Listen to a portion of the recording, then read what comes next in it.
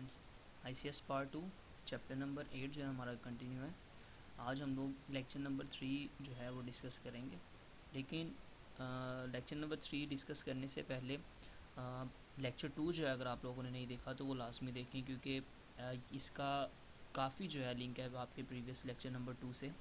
हम लोग basic structure जो है वो सी प्रोग्राम का डिस्कस कर रहे थे, जिसमें लेक्चर नंबर 2 में जो है प्री प्रोसेसर डायरेक्टिव्स और हेडर फाइल्स के बारे में जो है मैंने डिटेल के साथ एक्सप्लेन किया था। यहाँ पे कुछ स्टूडेंट्स ने मेरे से ये क्वेश्चन पूछा था कि सर आपने तो बोला है कि बेसिक स्ट्रक्चर के 3 पार्ट्स हैं, pre processor directive, main function और सी स्टेटमेंट्स, लेकिन उसमें जो है साथ आपने हेडर फाइल्स ऐड करके तो 4 बन रहे हैं। असल में ये 4 नहीं है, प्री प्रोसेसर डायरेक्टिव और हेडर फाइल ये दोनों जो है, जैसे कि पिछले लेक्चर में मैंने एक एग्जाम्पल के साथ एक्सप्लेन किया था, हैश इंक्लूड और आगे एंगल ब्रैकेट्स में stdio.h, उसको कंप्लीट को प्री प्रोसेसर डायरेक्टिव ही कंसिडर किया जाता है, तो वो एक ही पार्ट है आपका।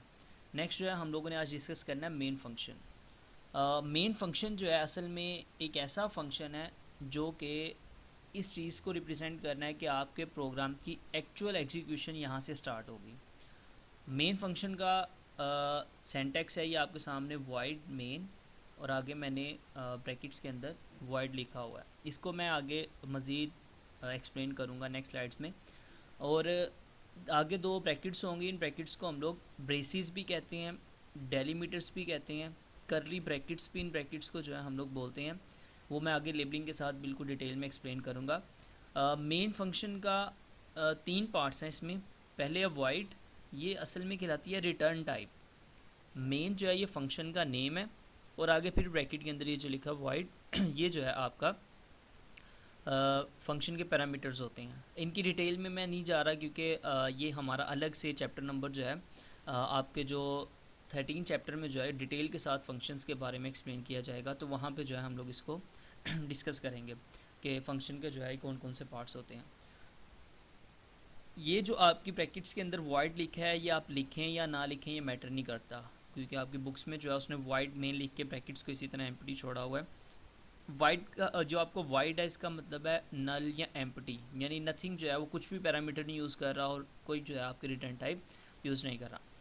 अगर आप अपने प्रोग्राम के अंदर मेन फंक्शन यूज़ नहीं करते तो ये आपका प्रोग्राम एग्जीक्यूशन स्टार्ट नहीं करेगा, आपके प्रोग्राम के अंदर सिंटैक्स एरर आएगा।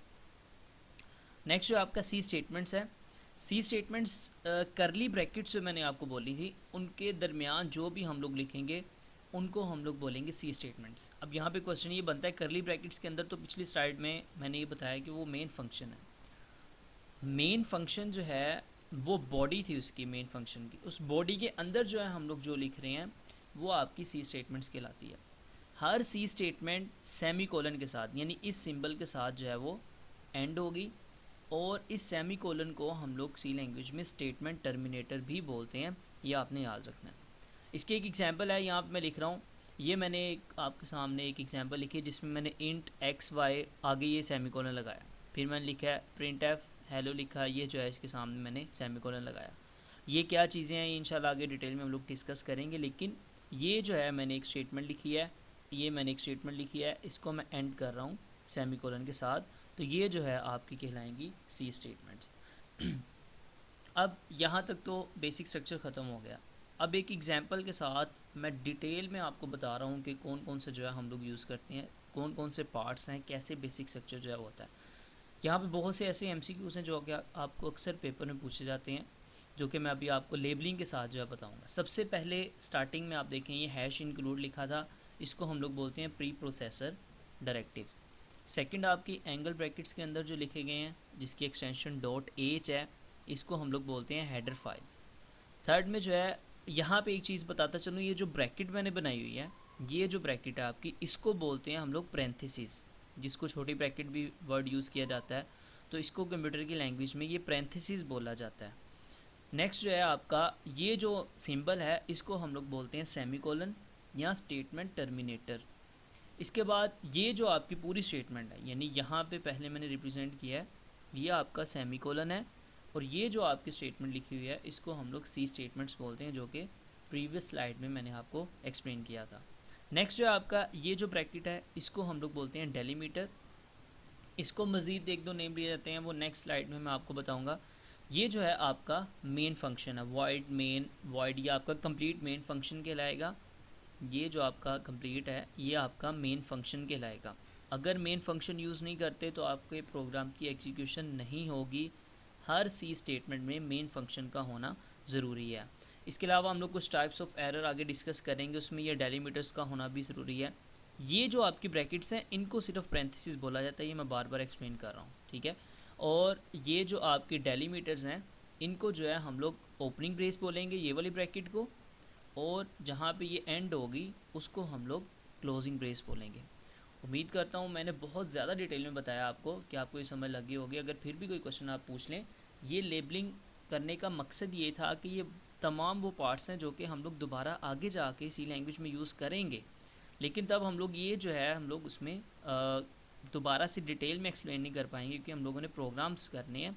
इसीलिए जो है ये चीज़ें आप लोगों ने ध्यान से देखनी है कि इसमें कौन सा पार्ट क्या कहलाता है और इसका पर्पस क्या है।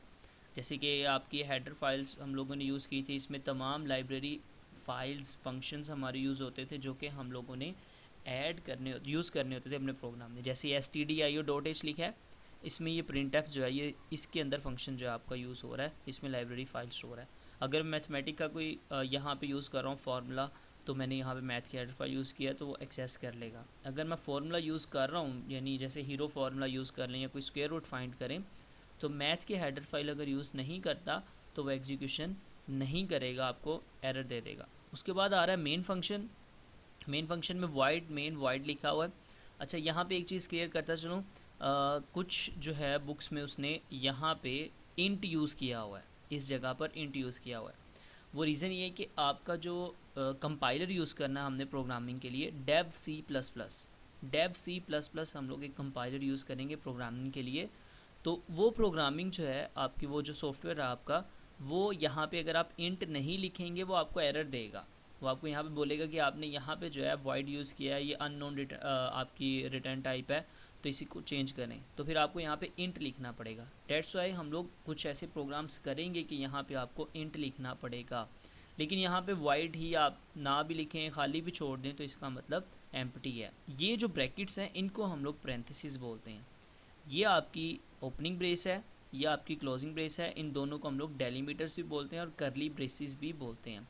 ये आपका कंप्लीट जो है कहलाएगा मेन फंक्शन। printf जो हमने लिखा है ये आपका यहाँ पे एक सी स्टेटमेंट है, इसको मैंने एंड किया है सेमीकोलन के साथ। इसका सेंटेक्स वगैरह वो जो है हम लोग आगे डिस्कस करेंगे। ये आपकी ओपनिंग ब्रेस का सिंबल ये है और क्लोजिंग ब्रेस का सिंबल ये यूज़ करते हैं।